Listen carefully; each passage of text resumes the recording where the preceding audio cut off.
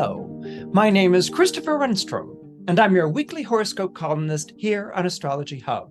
And this week, I wanted to talk to you about the upcoming solar eclipse in Scorpio, which will be taking place on October 25th.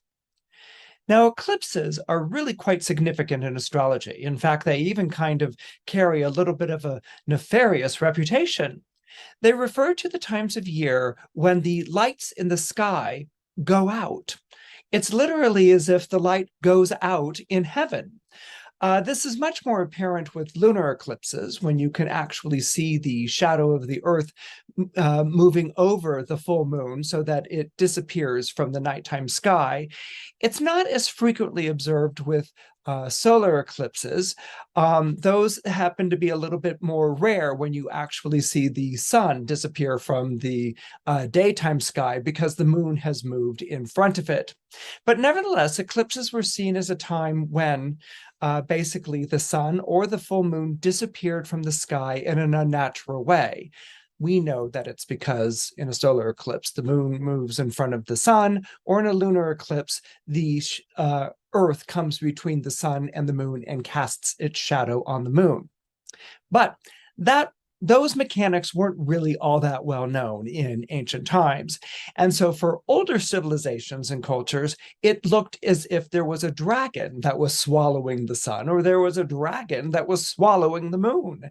And so these periods of time were always connected to the unleashing of underworld forces, in which day becomes night in the middle of day, or night becomes just dark in the middle of night. And so the underworld has been sort of let out with all of its demons and forces and ne'er-do-well spirits to cause all kinds of crisis, chaos, and calamity. So when we're looking at something like an approaching solar eclipse in the zodiac sign of Scorpio, it's interesting to note that Scorpio itself is a zodiac sign that's associated with the underworld. One of its planetary rulers is Pluto, and Pluto famously was named after the Roman god of the dead. The Roman god of the dead that ruled over the souls that had departed to the hereafter, and also ruled over the riches that were buried beneath the earth, riches like gold and silver and precious metals, and of course, oil.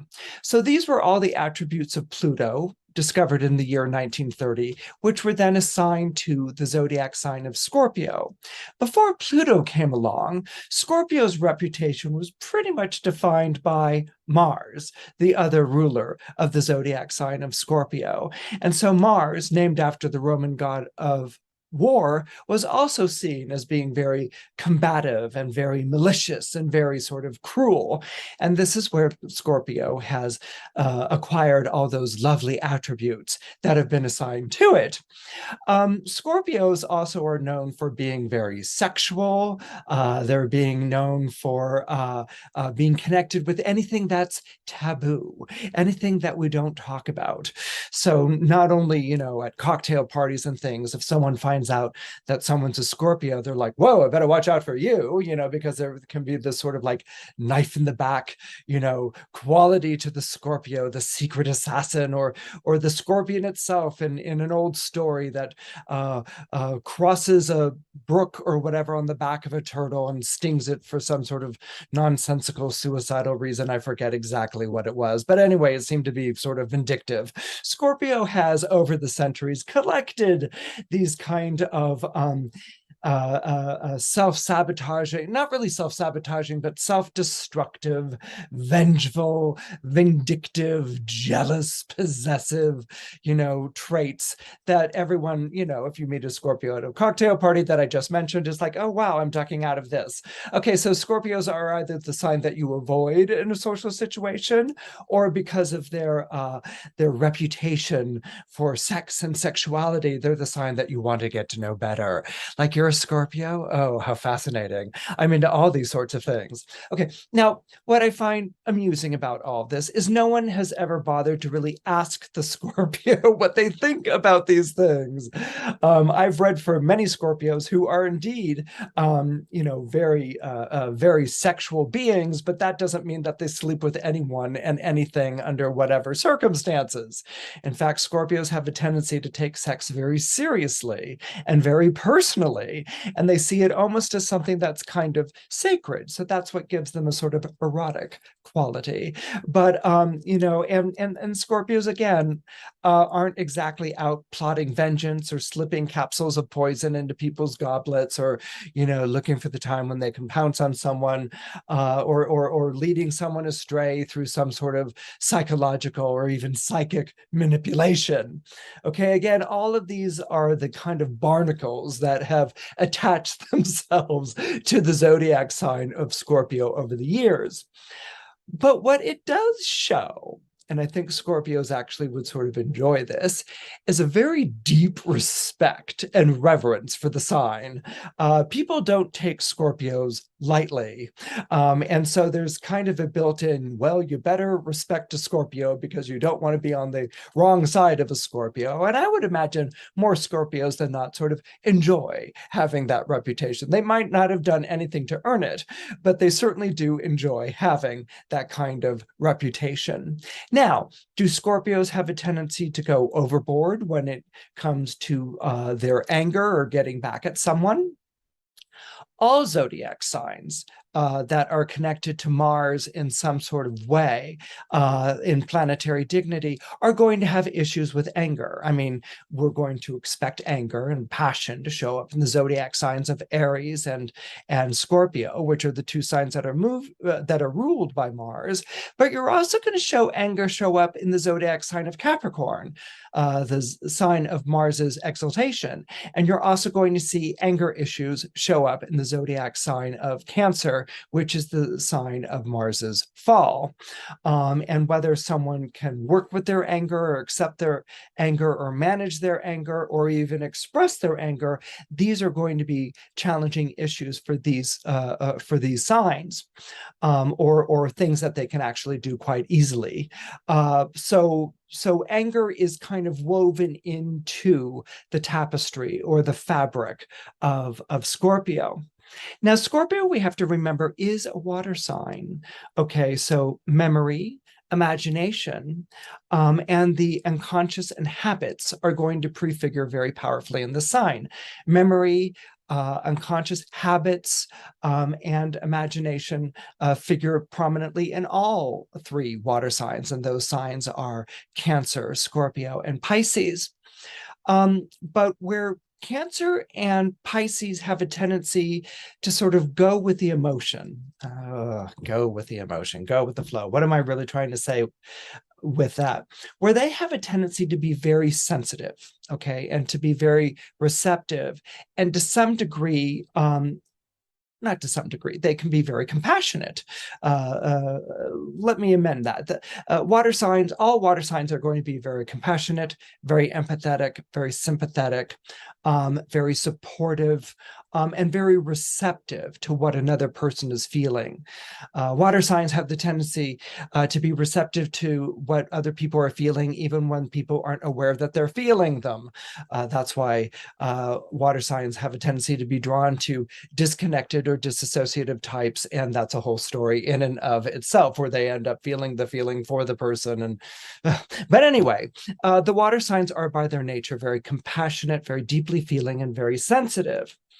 And because it's the nature of water to evaporate, to go into the sky and to gather as clouds and return down as water as well, or it's the nature of water to flow or to stream or to flood, okay, water changes its shape.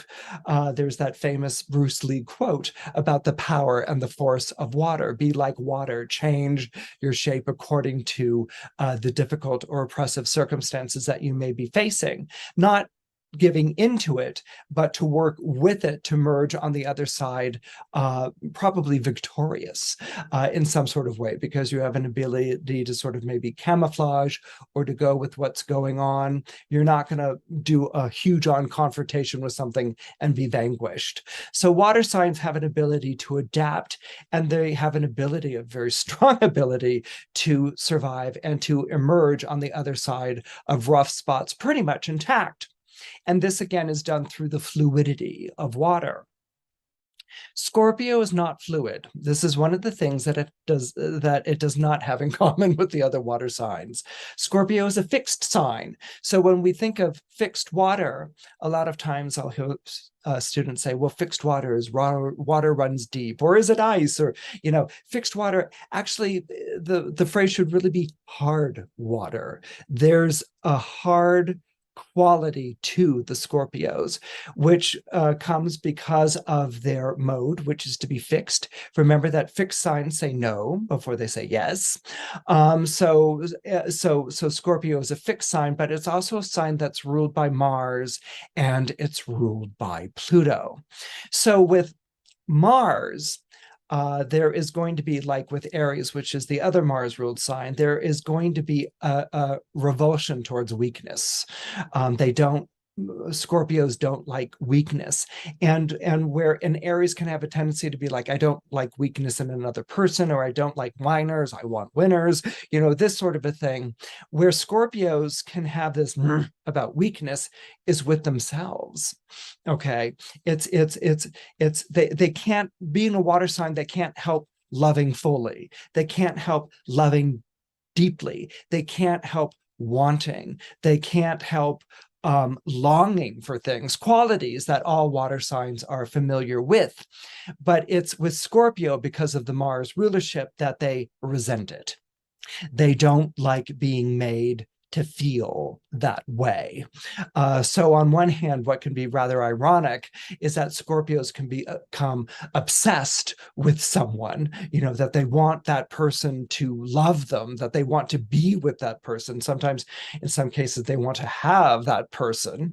But there is also at the same time, there's a resentment. There's a resentment, not at the person, but being made to feel that way. They resent feeling that longing. They resent feeling that need. They resent feeling that incompleteness. And so that can also come out in the Scorpio personality. And of course, Pluto was always obsessed with things it can't have. Okay, that's named after the Roman god of the underworld, who really only comes up once to really retrieve and fetch his wife, because the part of the story that they don't tell you about Hades and Persephone, or Pluto and Persephone, is that Persephone had already been given away to Pluto in marriage by Pluto's brother Zeus. So as far as Pluto was concerned, he was coming up and retrieving a wife that had already been wedded to him. So he was coming up and really sort of acquiring his property. So that, when I learned that gave a sort of interesting take on that story. But that sort of acquisition, or that wanting to have what belongs to me, with kind of like the force of my life depending on this, can be very Plutonian, and thus it also translates itself to Scorpio. So we are in Scorpio season. We are going to experience a solar eclipse in the zodiac sign of Scorpio. What does this mean for all of us who aren't Scorpios? Well, what it means for all of us who aren't Scorpios is that we're going to get a very strong dash of what it's like, a strong flash of what it's like, or a wave of what it's like to live life as a Scorpio. Okay, Scorpios are very comfortable, okay, with the underside of themselves. Scorpios happen to be very comfortable with their own personal underworlds, okay? They're very comfortable in the dark. They're very comfortable with all of those things that are being rendered taboo or not attractive by other sections of society, or other other neighborhoods of the zodiac, other signs of the zodiac. Pluto is very comfortable with all those things. It has, if you say, or Scorpio is very comfortable with all those things. If you say to a Scorpio, oh, you can be a little obsessive, they're like, yeah, and, or if you say to a Scorpio, like, jealous maybe a little, they're like, yeah, and so what, you aren't. So Scorpios really are comfortable with all of these qualities that other people maybe are trying to distance themselves from, or don't think that they're like, or I would never say that, or I would never feel that way, or all those sort of attributes of one's own behavior that one doesn't want to be around or doesn't like having. They disassociate, and they do what Sigmund Freud famously coined project. Okay, now projection, according to Sigmund Freud, is the mental process by which people attribute to others what is in their own minds. Okay, so if I'm feeling a certain way and I don't like it, I might decide I don't like this, so Jonathan over there is feeling this, or Mindy, or Clarabelle. Okay, so I'm having these feelings, but I'm not going to own them, so I'm going to project them onto you. Now, over a period of time, projection took on a sort of darker tone where it was really more understood that people were projecting darker qualities of themselves onto other people. I'm not jealous, you're the one who gets jealous. I'm not angry, you're the one who gets angry. I can't believe you're being irrational again. I am the epitome of rationality, and here you are getting all kinds of irrational.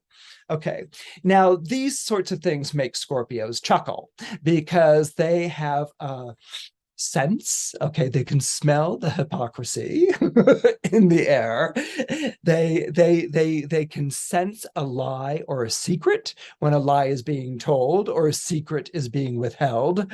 You never want to lie to a Scorpio. You never want to withhold a secret from a Scorpio because they will go after it like bloodhounds after a runaway convict. I mean, they will bay through the night and they will run like the hounds of hell after it until they've trampled it down. So Scorpios know that if they're moved to do so, they can go and very quickly find the secret. They can very quickly expose the lie.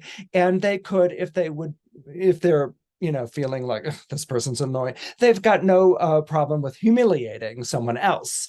Okay, so if that's what it takes to make the person own up to the part of themselves that they are disconnecting from and projecting onto other people, Scorpios love to catch someone in their projection.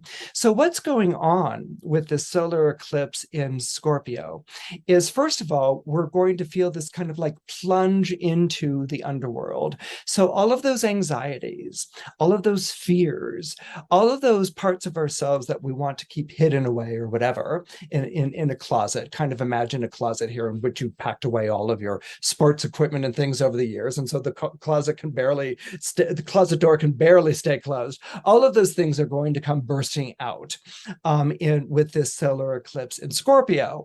So, but it's not going to be so exotic as like my secrets or my private neuroses or things like that. It's really going to be the projections of people on a whole. So people accusing other people of you're responsible for this, or the reason the world is like this is because of what you do. There's going to be a lot of, what's an easy way of putting this, finger pointing. There's going to be a lot of finger pointing that goes on here with this solar eclipse in Scorpio on October 25th, when the closet door comes bursting open and all of those things that have been piled up into it come spilling on out. And so with this finger pointing is going to come a lot of, I'm above this and I'm fixed in my opinions and I will not be moved. And, things that are familiar to us. We've been sort of living with this for a while, but they really come spilling out with this solar eclipse in Scorpio. And so there's going to be a lot of lights out, okay? And lights out in terms of like people being able to find their way or to see their way. Lights out, that when lights are out, all these sort of criminal aspects of ourselves can come forth, and I'm using criminal metaphorically and not literally, but deeds done at night can be done. And this all comes spilling forth. Now, that doesn't mean that the whole world goes to hell in a handbasket. It just means that if you take a moment and ask yourself, I wonder what that person's projecting, it's going to become very revelatory very quickly. And there will be great force and conviction in, I'm not like this, but you are. So, is this a kind of Nero moment where Scorpios just sort of fiddle as Rome burns and laughs and chuckles and says that, now everyone knows what my life is like? No, not at all. This is actually an extraordinary moment when Scorpios will probably be stepping up to the plate. This is probably an extraordinary moment when those Scorpio aspects in your chart, if you happen to have planets in Scorpio, come stepping up to the plate. Because what Scorpio knows how to do really well is live in an emotional crisis. All right. There's already a sort of crisis code that's embedded into the Mars-ruled signs. But for Scorpio being a water sign, its ability to live in a crisis, to be there for someone in a crisis, is really quite powerful, and it's really quite acute. This is something that Scorpios often do in their lives. Scorpios are used to being projected upon. People project on Scorpios all the time. Okay. Scorpios are used to the person who's like, I have these sexual feelings and I don't know what to do with them. And somehow I feel like you know what it's like. So can I tell you all about them? Scorpios would be like, yes, you can. Scorpios know I have these desires and compulsions that I don't feel are like acceptable and understandable. Can I tell you all about them? You seem to understand what that's like. And Scorpio's like, yes, I do. And yes, if you want to share and divulge, I will listen. And sometimes Scorpios even find themselves involved in love affairs that they know that they shouldn't have gotten involved in, financial transactions that they shouldn't have gone near to, or they might even find themselves in confessional moments in which the person is relying upon them. Someone who usually has nothing to do with them at all in their life is suddenly relying upon them and confiding all these things. These are things that Scorpios have done for years, and Scorpios really, really know how to do. And I said, sometimes they fall prey to that and they kind of like get involved in the drama of it, knowing full well that at some point the drama will come to an end and they'll probably be on the wrong side of that. But nevertheless, there is a pride that Scorpios take in living in the underworld. It reminds me of Milton's Paradise Lost, where Lucifer says to God, when God says basically, you were my most beloved angel, why did you rebel against me? Why will you not, join me in the heavenly host? And Lucifer, who has all of these complaints against God, this is Milton's Paradise Lost, not the Bible, but Lucifer, who has all these complaints about God and the hypocrisy of God, or the cost that it takes to join this elite group called the heavenly host, says to God at the end of the rebellion where he has been defeated, it is better to reign in hell than it is to serve in heaven. So Scorpios are famous for this infernal pride. It's better to go down with the ship or the wreck that's taking place in my life than to bend the knee, to what is supposed to be this altruistic, way of life and living, which ignores its own clay feet. Scorpio is very aware of golden idols having clay feet and even goes peering, looking around for them under the tunics and gowns and things like this. So Scorpio knows what that's like. Scorpio knows that it doesn't always make the best choices, and Scorpio knows that it's going to pay a price for that choice. But better to reign in hell than it is to serve in heaven. Okay, this is the great credo of this is the great call of triumph to Scorpios. So while we're all sort of going through this time where all this crazy stuff is happening, where the denizens of the underworld have been unleashed, and I'm not talking about a zombie apocalypse or anything like that. What I'm talking about is, really people's darker sides and darker impulses and darker nature are given free rein on the playground, and there's no proper yard duty that's around to reprimand or anything along those lines. And it's the Scorpios who will make us remember the dark time that we've just been shepherded through. Scorpios, again, know this from experience, by having had that love affair they said they weren't going to have, or having gotten involved in transactions that they said they were never going to go near, or having gotten involved in someone's life that they knew was not a good idea, based on the fact that this person was going through such a difficult time. Well, what happens to people when they get on the other side of difficult times? They want nothing to do with the people that they went through the difficult time with, okay? What happens to people who are used to living in the sunlight? What happens to people who are used to being fortunate?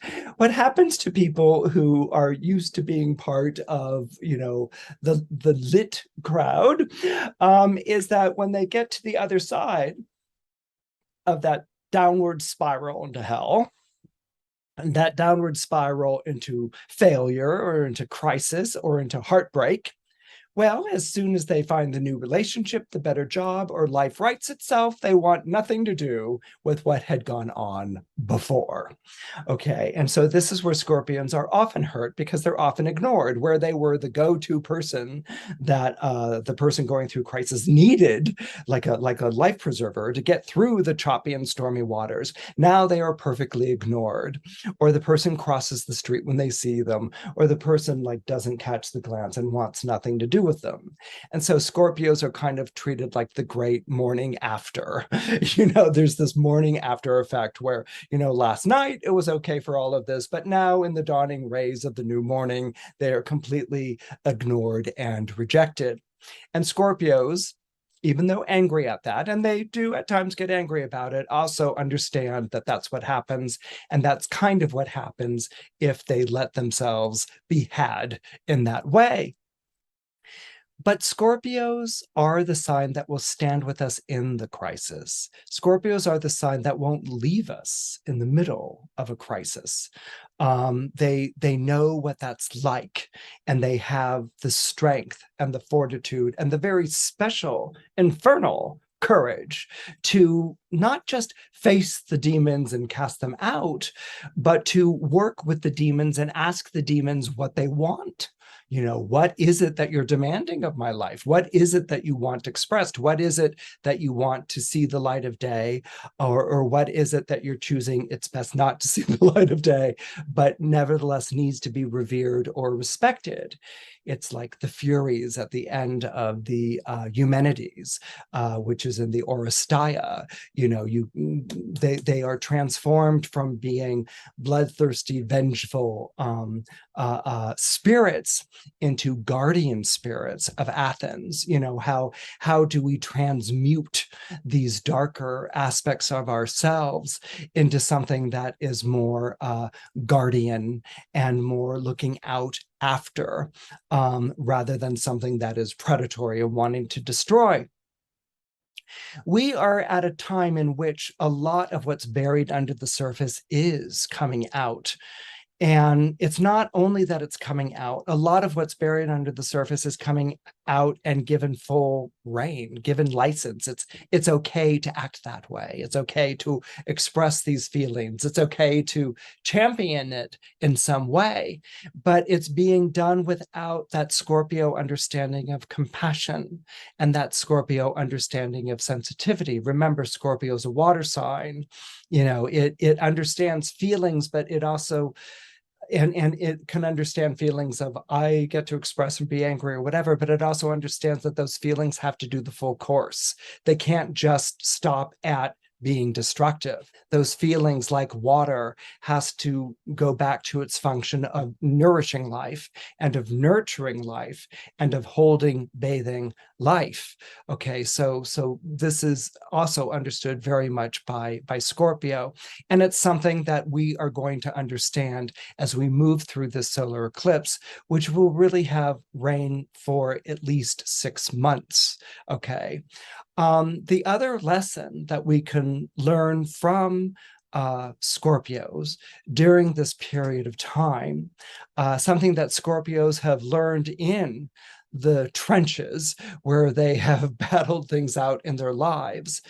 There's an amazing moment when Scorpios go from the person who's being confided in, or the person who's being maybe even used emotionally, or even perhaps sexually, the keeper of the secret, the keeper of the dark truth.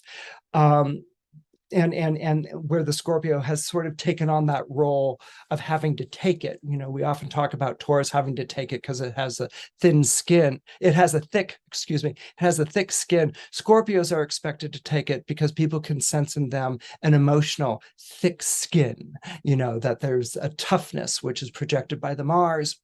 But there's a moment where Scorpio says, you know what? This is your crap, and you own it. You take it back. There's a moment in Scorpio's lives, and they can be extraordinary moments, where the Scorpio throws off the projection and says, you know what? I can understand that you're dealing with feelings you don't feel comfortable with. I understand that you're, battling with dark impulses and things like that. But you know what? It's not for me to hold that for you. It's for you to hold it for yourself. Okay. And that's where we have the second battle cry of Scorpio. The first one is it's better to reign in hell than it is to serve in heaven. Then the second battle cry for Scorpio is own your own caca. Yes, that is the second battle cry of Scorpio. Own your own caca.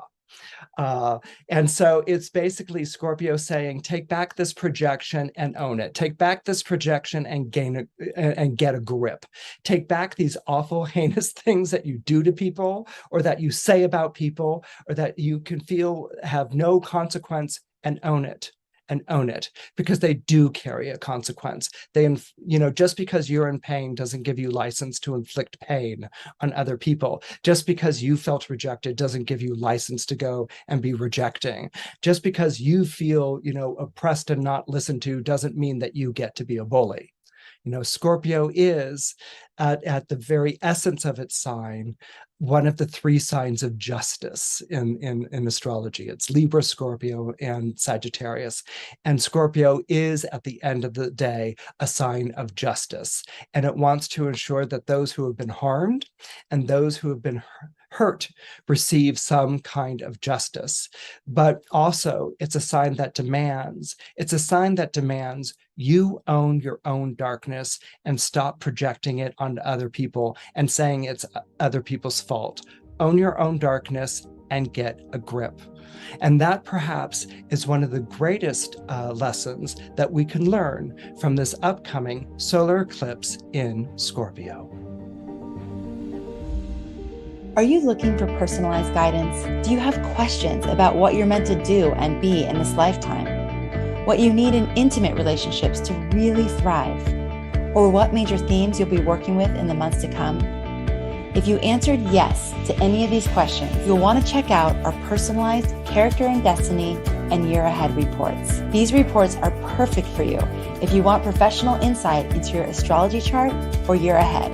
Written by internationally renowned astrologer Adrienne Roth Duncan.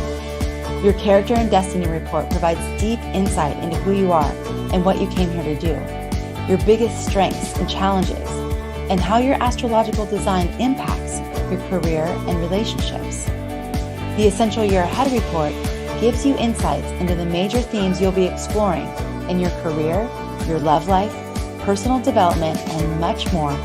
For only $37, you can get your personalized astrology report delivered straight to your inbox within minutes. Just go to astrologyhub.com/reports to get yours today. That's astrologyhub.com/reports.